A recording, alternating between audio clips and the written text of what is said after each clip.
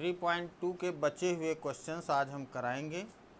और जो क्वेश्चन आज हम कराने जा रहे हैं वास्तव में दिमाग के क्वेश्चन हैं और प्रॉब्लम भी होती है लोगों को करने में। तो क्वेश्चन ये है कि एक हमारा मैट्रिक्स है X जिसका आर्डर है 2 क्रॉस n और दूसरी मैट्रिक्स है Y जिसका आर्डर है 3 क्रॉस k और एक Z मैट्रिक्स है जिसका आर्डर है 2 क्रॉस p और चौथी मैट्रिक्स है W जिसका आर्डर है n क्रॉस 3 और एक पांचवी मैट्रिक्स है P जिसका आर्डर है p क्रॉस k। तो क्वेश्चन आपसे पूछा जा रहा है 21 क्वेश्चन में कि the restriction on nk and p so that py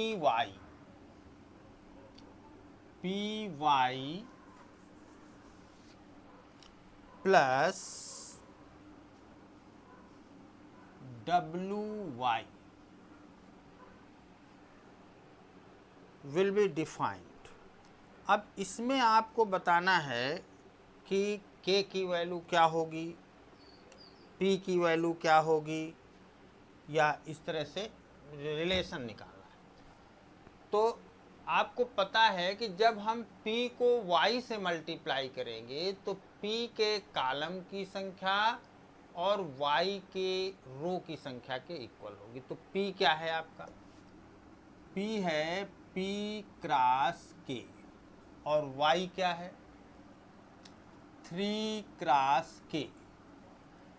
तो p के कॉलम की संख्या q के रो की संख्या के इक्वल होने के कारण k की वैल्यू हो गई 3। k की वैल्यू हो गई 3। अब w में क्या है? w है n क्रॉस 3 और y क्या है? 3 क्रॉस k। तो इसमें तो इक्वल है। तो इसमें जो मैट्रिक्स मिली पी वाई की, जब ये और ये इक्वल हो गए तो पी वाई जो आपकी मैट्रिक्स मिली मल्टीप्लाई होने के बाद वो पी क्रॉस के मिली, पी क्रॉस के मिली। और जो डब्ल्यू वाई मिली वो 3 और 3 सेम होने के कारण एन क्रॉस के मिली। अब p के कॉलम की संख्या, इसकी रो की संख्या, इसमें से दोनों आर्डर सेम होंगे कि नहीं होंगे? और जब दोनों आर्डर सेम होंगे, क्योंकि हम बता चुके हैं कि दो मैट्रिक्स का एडिशन तभी पॉसिबल होता है जब उनके आर्डर सेम हो। तो उनका आर्डर सेम होगा, यानी ये आर्डर और ये आर्डर इक्वल होना चाहिए। तो k तो इसमें इक्वल दिख रहा है, लेकिन p जो है वो इक्वल नहीं दिख रहा है। तो p की वैल्यू n के इक्वल होनी चाहिए। इसका मतलब k इज इक्वल टू 3 होना चाहिए और p is equal to n होना चाहिए। ये इसमें से है। तो इस तरह से ये आपका ऑप्शन नंबर ए सही है। इसमें से 21 क्वेश्चन का ऑप्शन 1 करेक्ट है। k की वैल्यू 3 है, k की वैल्यू 3 और p की वैल्यू n।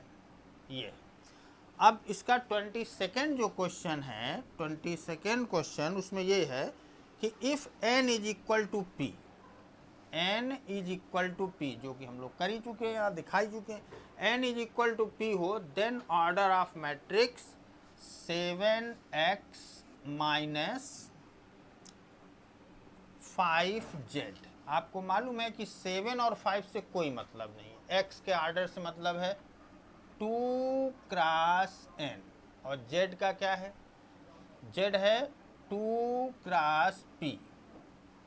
तो इसमें n is equal to p होगा, यानी कि ये सेम आर्डर होना चाहिए। तो सेम आर्डर होने के कारण 2 क्रॉस n या 2 क्रॉस p लिख सकते हैं।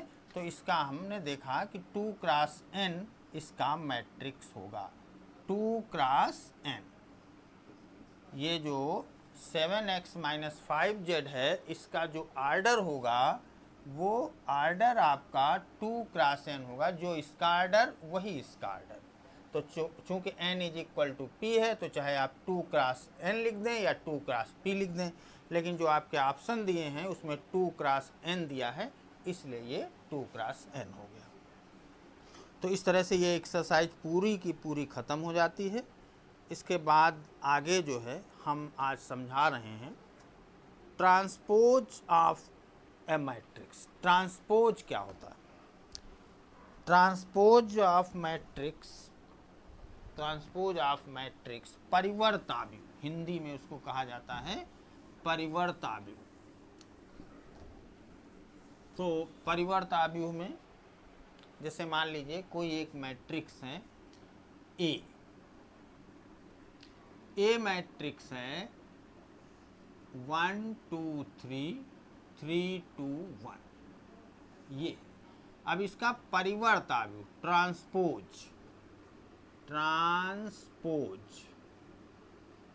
ट्रांसपोज ऑफ ए कहलाएगा ए डैश, और इसकी वैल्यू होगी जो रो है उसको आप कॉलम लिख दीजिए, रो को कॉलम लिख दीजिए 1 2 3 और कॉलम को रो लिख दीजिए, तो ये आपकी ट्रांसपोज मैट्रिक्स कहलाती है। ट्रांसपोज मैट्रिक्स निकालने के लिए हम रो को कॉलम और कॉलम को रो में लिखेंगे, पहली चीज़। दूसरी चीज़ ये है कि अगर हम किसी मैट्रिक्स का 2 बार ट्रांसपोज ले लें, जैसे मान लीजिए ये मैट्रिक्स है, इसका एक बार हम ट्रांसपोज ले चुके और इसका दोबारा अगर ट्रांसपोज ले लें, यानी ये हमारा ट्रांसपोज है 1 3 2 2 3 1, इसका हमने फिर से ट्रांसपोज ले लिया तो 1 2 3 3 2 1, फिर से हमको ए मैट्रिक्स मिल जाएगी। अगर किसी एक मैट्रिक्स का 2 बार ट्रांसपोज ले लिया जाए तो इसका मतलब कि वो फिर से हमें ए मिल जाएगी। अब अगर हम किन्हीं 2 मैट्रिक्स को जोड़ करके ट्रांसपोज लेते, मान लीजिए ए प्लस बी का डैश, तो इसका मतलब हुआ कि अगर हम ए डैश निकालें और बी डैश निकालें और दोनों को ऐड करें तो दोनों की वैल्यू सेम होगी। और किसी कांस्टेंट नंबर से अगर हम मल्टीप्लाई करते हैं, के ए डैश निकालते हैं, तो या हम के को ए डैश से मल्टीप्लाई करते हैं तो भी ये वैल्यू सेम आएगी। तो इस तरह से ये आपकी प्रॉपर्टी हो गई हैं। कुछ बचेंगी वो हम नेक्स्ट टर्न पे आपको बता देंगे। आप नेक्स्ट एक्सरसाइज का वीडियो